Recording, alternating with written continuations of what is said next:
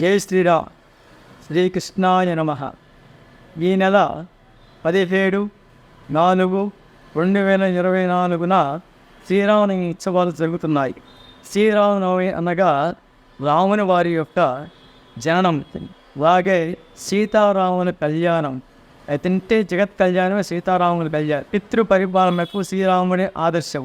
అన్నదమ్ముల అనుబంధానికి, భార్యాభర్తల అనురాగ అన్యోన్య దాంపత్యం ఎలా ఉండాలో నిరూపించిన వారు సీతారాములు.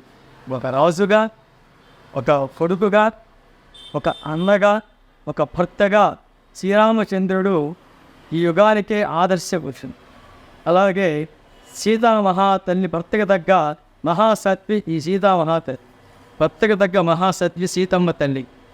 ఈ క్రోధినామ సంవత్సరంలో ప్రతి ఒక్కరూ, ఈ క్రోధినామ సంవత్సరం యొక్క తత్వం ఏమిటంటే, ప్రతి ఒక్కరూ క్రోధంతోనూ మరియు కోపంతోనూ రౌద్రంతోనూ ఉంటారు. కాబట్టి జనులందరూ ఈ క్రోధినామ సంవత్సరం యొక్క తత్వం ఏమిటంటే, ప్రతి ఒక్కరూ అందరూ క్రోధంతో అనగా కోపంతో రౌద్రంతో ఉంటారు. కావున అందరూ ఆ శ్రీరామచంద్రుని మనస వాచ కర్మన ధ్యానించి, పూజించి, స్తుతించి ఆ రాముని వారి యొక్క అనుగ్రహం పొంది ధనం, ధాన్యం, పశుం, శత సంవత్సరం, దీర్ఘమాయు.